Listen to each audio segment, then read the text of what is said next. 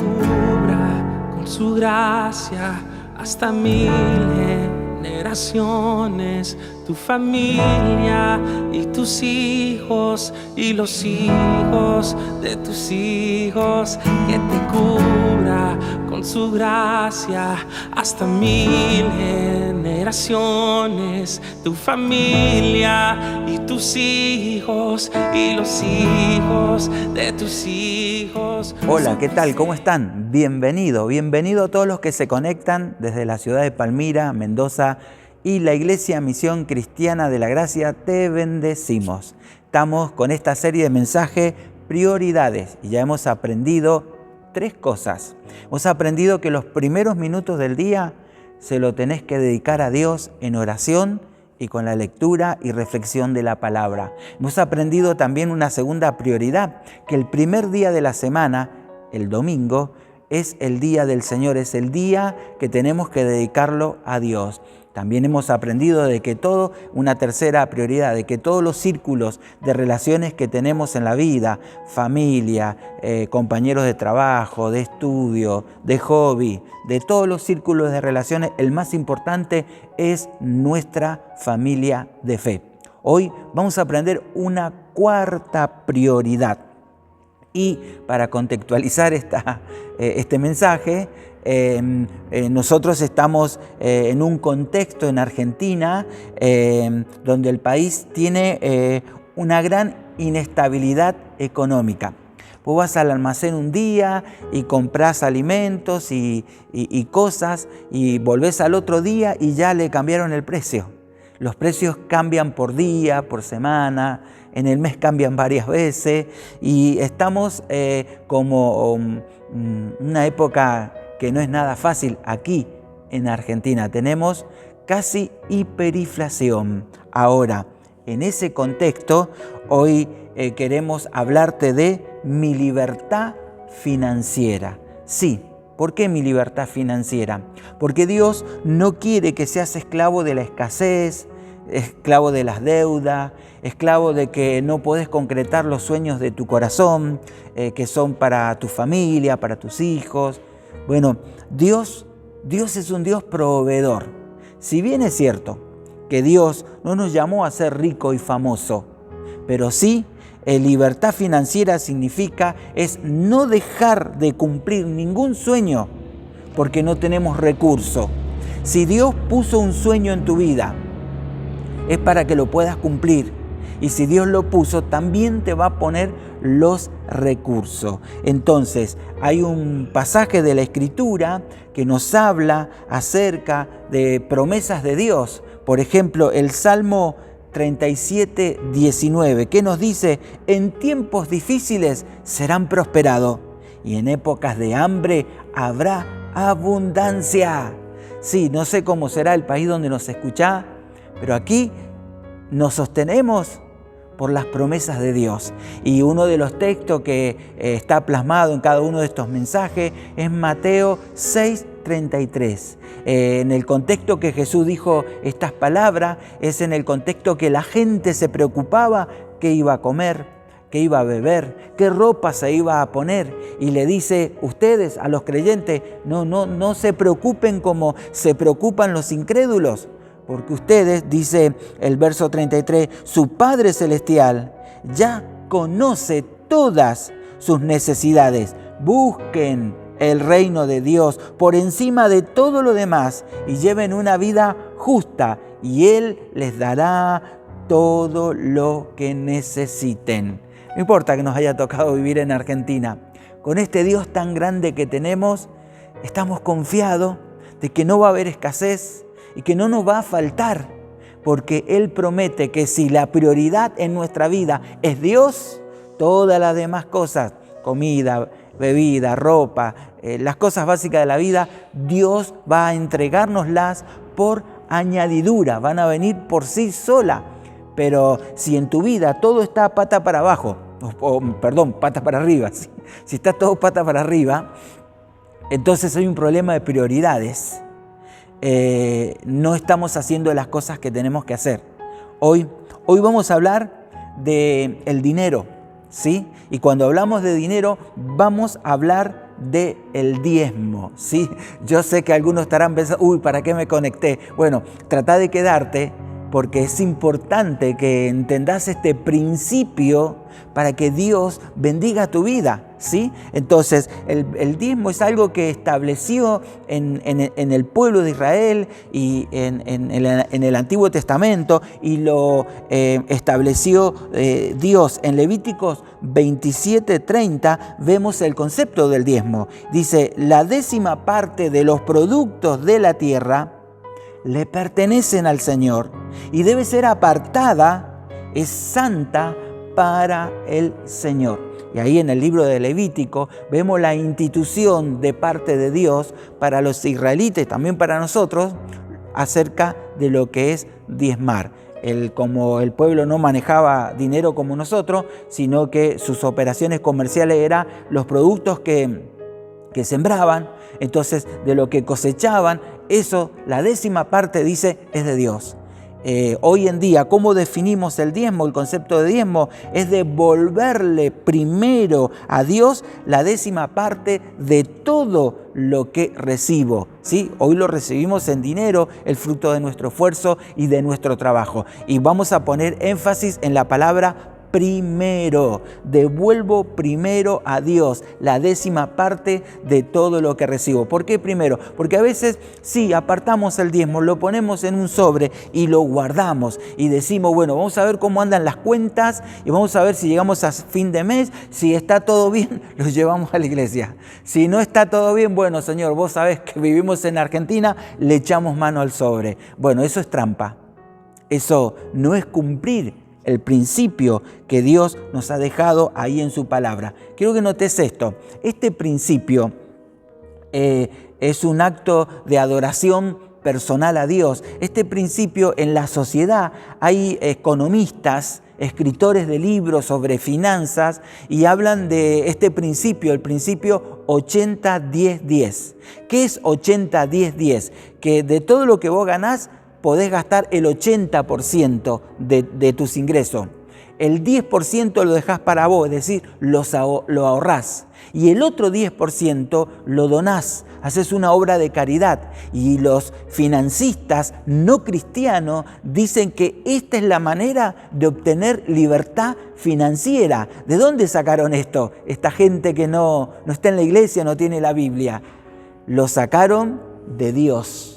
El origen del diezmo es de Dios. El origen de ser generoso y ser bondadoso está en Dios. Por eso Dios le agrega unos elementos más que en los conceptos de los escritores financieros que no son cristianos, ¿sí? Ellos dicen que hay que dar un 10%, de cualquier manera hay que darlo a alguien, ayudar a alguien.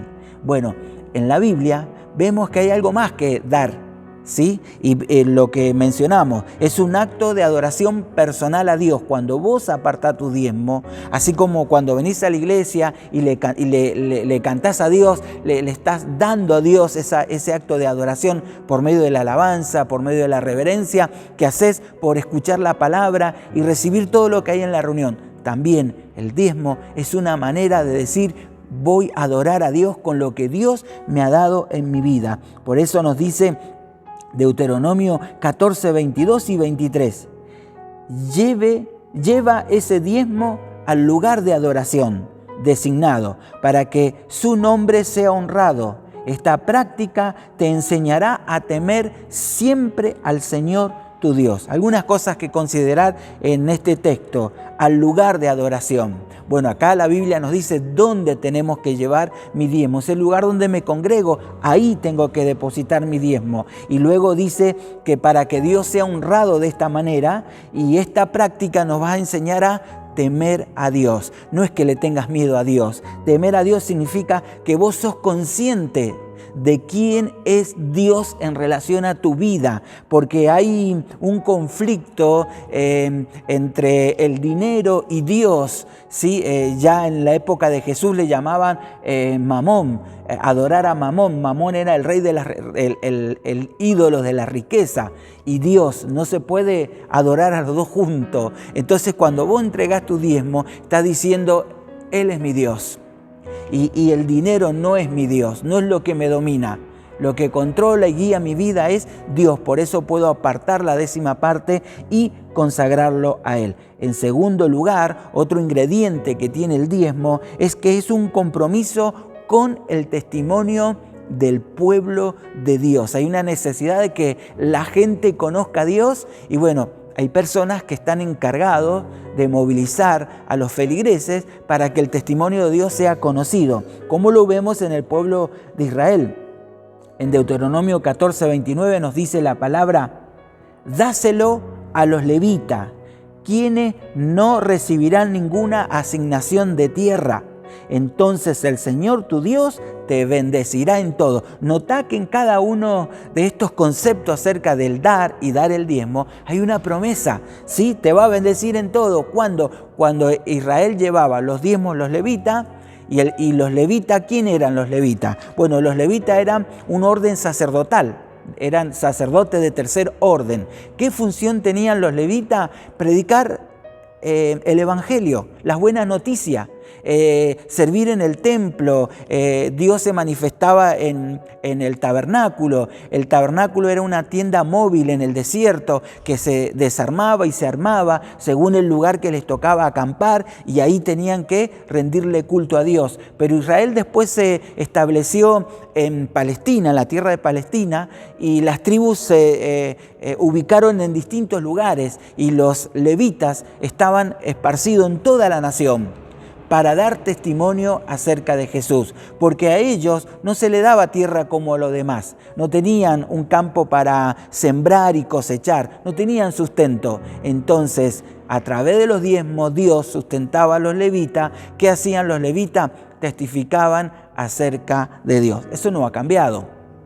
Los levitas de hoy son pastores, hombres y mujeres de Dios que han sido llamados a tiempo completo a servir en la obra de Dios, y ellos son sostenidos con los diezmos para que haya testimonio, para que Dios sea conocido.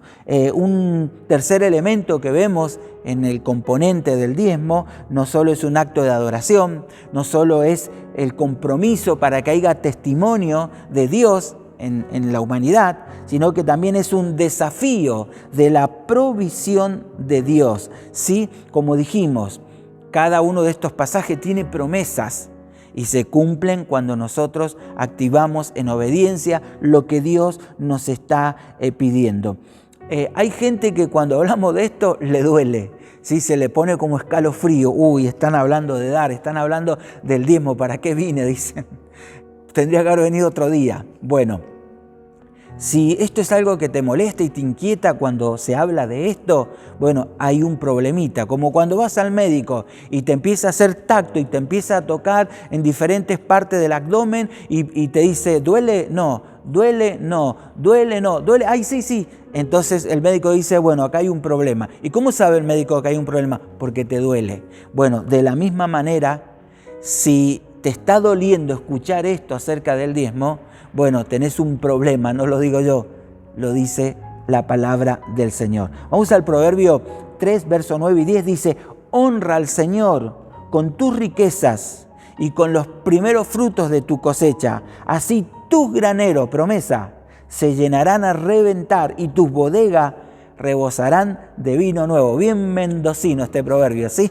Acá hay muchas bodegas, y cuando hay un cristiano fiel, que es un fiel diezmador, Dios le promete que va a haber vino nuevo en abundancia. Bueno, es un desafío de fe. Muchas veces nos viene a la mente, no me va a alcanzar si doy el diezmo. Y si lo doy voy a tener menos. Y en realidad tu problema es que no estás confiando en Dios. Dios es un Dios proveedor. Dice que te va a bendecir en abundancia. Es decir, no le estás creyendo que si das el diezmo Él te va a sostener. Entonces tenés un problema de fe. Y hoy queremos animarte que lo que la palabra dice sobre este acto cristiano, como es el diezmar, es que se van a abrir compuertas en los cielos y Dios va a derramar sobre tu vida bendición hasta que sobreabunde. Si esto no es una prioridad en tu vida, bueno, va a haber escasez, va a haber problemas financieros. Ahora, Muchas personas dicen que el diezmo es algo del Antiguo Testamento. Y usted dirá, pastor, usted el fin de semana anterior unos fines de semana anterior hablaba de que el día de reposo era algo del Antiguo Testamento y que ya no estaba vigente. Es verdad. Pero el diezmo no es algo que caducó. El Señor no vino a abolir los actos de justicia, sino lo que caducaron fueron leyes ceremoniales, ritos religiosos, y el Sabbat era uno de esos. Pero el diezmo es un acto, es una acción de fe, es un acto de justicia que hace aquel que es hijo de Dios. Y Jesús nos va a invitar a dar más todavía. Y cuando digo más, no te asustes, que no es en porcentaje ni es en dinero, es el diezmo, las ofrendas, la limosna, pero le va a agregar algo a cada uno de esos actos de dar. Por ejemplo, en Mateo 5:20 leemos: porque les digo a ustedes que no van a entrar en el reino de los cielos a menos que su justicia supere a los de los maestros de la ley. Este pasaje está en el contexto del Sermón del Monte. El Sermón del Monte comienza con las bienaventuranzas: bienaventurados los pobres en espíritu, bienaventurados los humildes, bienaventurados los pacificadores, y empieza a dar una serie de bienaventuranzas. Después le dice, bueno, ustedes son la sal y la luz de esta tierra, ustedes deben producir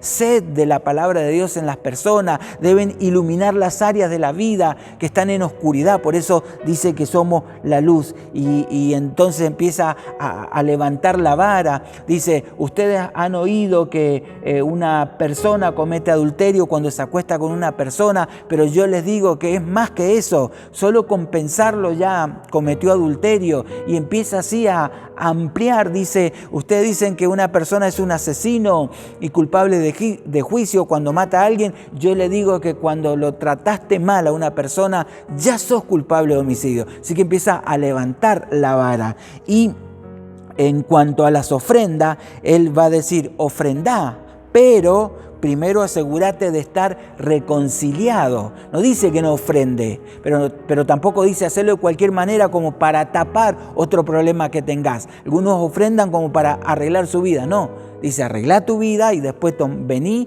y da la ofrenda. Eso lo vemos en Mateo 5, 23 y 24. Dice, anda y reconcíliate con esa persona, luego ven y presenta tu ofrenda a Dios. Así que si andás peleado con todo el mundo, tenés que arreglar esos asuntos, porque si no tu ofrenda no sirve de nada. Dice, da esa ofrenda, pero reconcíliate. En cuanto a la ayuda al necesitado, ¿qué dice? Que la ayuda al necesitado no es para promocionarte, para que todos sepan, ¿sí? Te sacás una foto porque llevaste una mercadería y que todos sepan que vos sos bueno porque ayudás a una persona en necesidad. Y la Biblia es clara en cuanto a esto. Dice en Mateo 6, 3 y 4, cuando le des a alguien que pasa necesidad, entrega tu ayuda en privado, y tu Padre, que todo lo ve, te recompensará. Porque la limosna es ayudar a los necesitados, ¿sí? Es una expresión media rara, pero es eso, ayudar a la gente con necesidad. ¿Y por qué tenés que hacerlo que nadie se entere? Porque ese necesitado tiene dignidad y no le va a gustar que todo el mundo se entere que lo están ayudando, ¿sí? Por eso Dios dice, hacelo en privado y Él te va a recompensar en público cuando lo haces así, ¿sí? Pero no lo podés hacer para que todos vean que sos bueno. En cuanto al diezmo, ¿qué dice Dios en cuanto al diezmo? Dice, diezma, pero asegúrate lo más importante. Dice Mateo 23, 23. Es cierto que deben diezmar, dice Jesús, pero sin descuidar las cosas más importantes. ¿Cuáles son esas cosas? La justicia, la misericordia y la fe. Cuando hablamos de justicia, no estamos hablando de leyes judiciales, sino estamos hablando de estilo de vida. El Hijo de Dios que vive conforme a la voluntad del Padre, eso es vivir en justicia. Misericordia, es decir, ser perdonador, ser benevolente con la persona que nos ha lastimado o nos ha defraudado, y tener fe.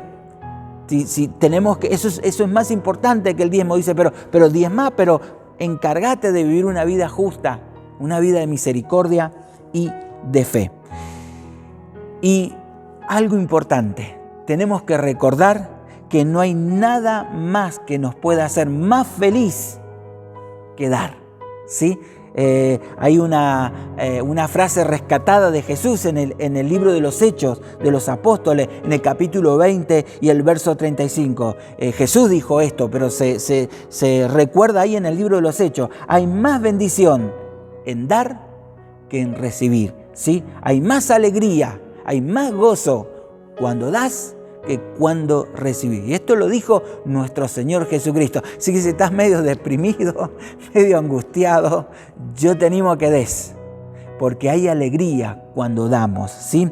Bueno, ¿y cómo hacemos? Porque alguno dirá, bueno, pastor, pero usted no sabe que yo estoy en bancarrota, yo estoy en quiebra, yo estoy mal. Y bueno, no puedo hacerlo, dirá alguno. Yo quiero decirte algo. Probablemente estés mal porque no lo haces. Y la única manera de estar bien financieramente es dar lo primero. Y lo primero es el diezmo. Es lo primero que tenemos que apartar y lo primero que tenemos que entregarle a Dios. ¿Por qué? Porque de esa manera se van a cumplir todas las promesas que venimos diciendo. Habrá abundancia, serás prosperado, Dios va a suplir las necesidades que te faltan y tenés que creerle a Dios que Él va a hacer eso a favor de tu vida. Por eso el apóstol Pablo en 2 de Corintios capítulo 9, si tenés Biblia, anota esta cita para después leerlo bien, del verso 6 al 11, habla del principio de la siembra y la cosecha. Y quiero hablarte de algunas cosas de este texto citado. Por ejemplo, en el versículo 6 dice, recuerden lo siguiente, un agricultor que siembra solo unas cuantas semillas obtendrá una cosecha pequeña, pero el que siembra abundantemente obtendrá una cosecha abundante. Bueno, cuando tenés una necesidad, ¿sí? Estás en bancarrota, el dinero no te alcanza, no tenés libertad financiera, estás endeudado. Bueno, ¿qué tenés que hacer? Sembrar una semilla. ¿Cómo tenés que hacerlo? Bueno, los agricultores nos dan un ejemplo con esto. El agricultor cuando está viendo que hay necesidades en su trabajo, en su familia, que a lo mejor tiene que comprarle las cubiertas del camión, que sale una fortuna, o repararlo. Entonces, ¿qué hace el agricultor? Dice, bueno, voy a sembrar más, porque tengo muchas necesidades. Mientras más siembre, más voy a cosechar. Mientras más coseche, más recursos voy a tener para mi trabajo, mi finca y mi familia, ¿sí? Es así como un agricultor resuelve sus dificultades financieras, sembrando más. Los hijos de Dios de la misma manera. Como un agricultor no se pone a decir, uy, sembré la semilla, ya no la veo más, la tuve que tapar con tierra y no la tengo más. Es cierto que la semilla que sembró ya no la tiene más, pero sabe que habrá una cosecha y su expectativa está en eso, en que sembró, ¿para qué? Para cosechar. Tristemente, muchas veces la manera de resolver nuestras adversidades económicas es, por ejemplo, estás endeudado y sacás un crédito para pagar todas las deudas, pero ese crédito lo tenés que pagar el doble. O sea, claro, cancelaste estas deudas, pero ahora tenés el doble de deuda. Y después para esa deuda sacás otro préstamo para pagar esa deuda. Entonces, ese segundo préstamo que sacaste es el doble de lo que debías. Y no va a funcionar. Cada vez te vas a endeudar más. Hay otras personas que cuando están endeudados para salir de las deudas, entonces, ¿qué es lo que hacen? Trabajan 16 horas. Trabajan más horas. Y claro, trabajan tanto que un día van a llegar a la casa y la van a encontrar vacía. La familia se le fue. ¿Por qué se te fue? Y si no estás nunca, vivís en el trabajo, ¿sí? Un pequeño detalle, ¿verdad? Otros hacen esto, afanan, roban, y no es la manera de salir. Todos son métodos que te traen problemas, te traen consecuencias, ¿sí? Si estás mal, porque hay quienes dicen, pastor, es que estoy mal, no puedo dar. Si estás mal, no podés darte el lujo de no dar. Porque la única manera que podés tener la bendición de Dios para salir a flote es dando. ¿sí? Hubo una persona que estaba mal económicamente y habló con el pastor. Dice, pastor, yo estoy mal económicamente. Dice el pastor, bueno, mirá, según la Biblia, para que vos estés bien económicamente, tenés que dar. ¿Y sabés lo que tenés que dar? Como frecuentaba la iglesia, este hermano dice, sí, el diezmo. Bueno, ¿querés que oremos y hagamos un pacto? Y vas a dar el diezmo no solo este mes, el siguiente, y mientras Dios te bendiga, vas a darlo. Y esta persona dice, sí, vamos a orar, hagamos un pacto, yo quiero empezar a obedecerle a Dios. Y finalmente el pastor oró por este hermano, él dijo, amén, yo voy a dar la 10ª de lo que ingreso, como estaba mal no era mucho. Y después este hombre no lo vio más, el pastor, pasaron años y años y no lo vio más. Y habían pasado muchos años. Y un día suena el teléfono del pastor. El pastor atiende. ¿Y quién era? Dice, pastor, ¿usted se acuerda de mí? Yo soy el hermano que hizo un pacto con el diezmo porque yo estaba mal económicamente. Sí, me acuerdo. ¿Cómo está? ¿Y qué quiere que le diga? Soy empresario, tengo una multinacional. Qué bueno, qué bendición, dice, pero, dice, usted no va a creer, por eso lo llamo, dice, mis diezmos son millones de pesos y me está costando darlo. ¿No habrá posibilidad de que dé menos el 5%? El pastor le dice, mire, lamentablemente no hay ningún pasaje de la Biblia que me autorice, que le diga que dar el 5% estaría bien porque su diezmo es muy grande. Pero dice, tengo una idea, dice, si quiere, oramos para que no gane tanto dinero, para que sus negocios le empiecen a ir mal, y entonces, claro, no va a tener problema para diezmar porque ya va a ser menos. Entonces le dice, pastor, déjelo ahí nomás. Y cortó. Bueno, esto es así. Si estás mal, es ahí donde tenemos que arrancar, en comenzar a dar. Este empresario al principio era poco lo que daba, pero claro, después que estaba tan bendecido, tan prosperado, le empezó a doler. No había comprendido bien que el diezmo es un principio que nos sigue abriendo puerta para seguir siendo prosperado, y ya vimos que con el diezmo adoramos a Dios, hacemos que el testimonio de Dios sea conocido, sosteniendo los hombres y mujeres de Dios que predican a tiempo completo el Evangelio de Jesucristo. Vimos que el diezmo es un desafío de fe. Y me va a faltar, no te va a faltar porque Dios no miente y dice que va a hacer rebosar tu granero. Y que dice, va a reventar de abundancia. Bueno, tenemos que creerle y entonces Dios va a bendecirnos. Bueno, en el principio de siembra y cosecha, bueno, cuando tenés una necesidad, ¿qué tenés que hacer? Dar una semilla. ¿Estás mal? Bueno, empezá ahora. Empezá ahora lo que tendrías que haber empezado hace mucho. Empezá a apartar tu diezmo, tu ofrenda, para que de esa manera se abran las compuertas de los cielos y Dios te bendiga. En segundo lugar, sembrá con la actitud correcta. Nos dice el verso 7 de 2 Corintios 9. Cada uno debe decidir en su corazón cuánto dar. Y no den de mala gana ni bajo presión, porque Dios ama a la persona que da con alegría. Entonces acá vemos un par de cositas en este versículo. Primero, tenés que decidir en tu corazón cuánto vas a dar. ¿Sabes que a veces he observado que gente que se emociona y dice voy a dar tanto, es una ofrenda suculenta, pero yo me doy cuenta que no lo pensó. Y cuando vos no lo pensás y podés estar haciendo un acto que después no lo vas a poder cumplir. Y voy a dar tanto y después sacás cuenta y no podés, no llegás. Y te comprometiste a algo que no podés. La Biblia es clara en esto, dice que no demos voto a la ligera, ¿sí? Sino que usemos la cabeza, usemos la razón, veamos qué es lo que realmente podemos dar con libertad. Y eso va a ser beneficioso para la obra de Dios, pero también para tu vida y tu familia. Decidí, pensá cuánto es, porque esto no es un casino que apuesto tanto y por ahí tengo suerte, ¿sí? No es un casino, no es la bolsa de valores, ¿sí? Esto es una relación con Dios. Cuando vos estás dando tu diezmo, estás demostrando que hay una espiritualidad, estás relacionado con tu Creador, le estás creyendo, dependés de Él. Lo que Él dice en su palabra, vos sabés que es verdad y por eso haces esto. Dice, no den de mala gana. Otra vez tan... Bueno, no, quédate tranquilo. Si te va a costar dar, no des nada. Y dice, ni bajo presión.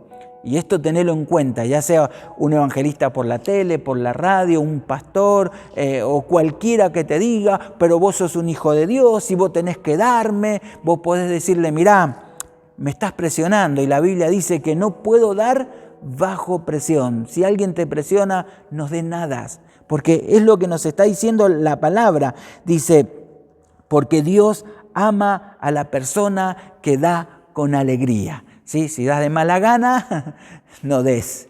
Pero Dios no te ama. Es lo que nos dice la Biblia. Si querés que Dios te ame, tenés que dar con alegría y con buena gana. Ahora, ¿cómo podemos dar con alegría? ¿Esto es un milagro? No es un milagro. Es una cuestión de que cuando vos sembrás con expectativa. Sembrás semillas de maíz y sabés que vas a cosechar choclos. Y cada choclo va a tener muchos maíces, cientos de miles, ¿sí? Entonces, esa es la expectativa. Sembrás una cantidad, pero vas a cosechar mucho más. Y por eso podés hacerlo con alegría, pensando en que lo que estás haciendo tendrá una abundante retribución. El verso 10 de 2 Corintios 9 dice, pues es Dios quien provee la semilla al agricultor y luego el pan para comer. De la misma manera Él proveerá y aumentará los recursos de ustedes y luego producirá una gran cosecha de generosidad en ustedes. Él proveerá y aumentará. Son promesas de Dios, como que está firmado por Dios. Proveerá para tus recursos. ¿Cuándo? Cuando sembrás lo que recibís de Dios, ¿sí? Jesús dice en Lucas 6:38, dice, den y recibirán. Lo que den a otro les será devuelto por completo, apretado, sacudido, para que haya lugar para más, desbordante y derramado sobre el regazo. La cantidad que den determinará la cantidad que recibirán a cambio. Bueno, cuántas promesas, ¿verdad? Nos quedamos con la promesa, pero las promesas se activan. ¿Y cómo se activan? Dando generosamente. Y de esa manera Dios nos bendice grandemente. Y por último, espera que Dios cumpla sus promesas. Son todas promesas las que hemos leído, claro, con la actitud de dar, con la actitud de servir con lo que Dios nos ha dado, con la actitud de dar lo que es primero de lo que recibimos, el diezmo. Y dice el verso 8, Dios puede hacer que toda gracia abunde para ustedes, de manera que siempre y en todo tiempo y en toda circunstancia tengan todo lo necesario y toda buena obra abunde en ustedes. Él promete, vos haces esto, apartas tu diezmo, das ofrenda, ayudas al necesitado, prepárate. Dios te va a sorprender con abundante bendición. El versículo 11 dice, efectivamente serán enriquecidos en todo sentido para que siempre puedan ser generosos. ¿Sí? ¿Cuál es el propósito de que te va a dar más y más? Para que sigas siendo generoso, tengas semillas para sembrar y se multipliquen y así tu vida en la iglesia local donde perteneces sea bendecida, prosperada en gran manera. Esto es otra prioridad. Todo lo que recibo, lo recibo de Dios. Pero hay algo que tengo que apartar primero, el diezmo. Después tengo que apartar ofrendas. Después tengo que ayudar a quien esté en necesidad. Sí, pero tanto. Acordate del empresario. Si querés oramos para que Dios nos te bendiga. Y no. Entonces necesitamos la bendición de Dios. Y cuando cumplimos con Él, Dios cumple con nosotros. Dios te bendiga. Vamos a orar.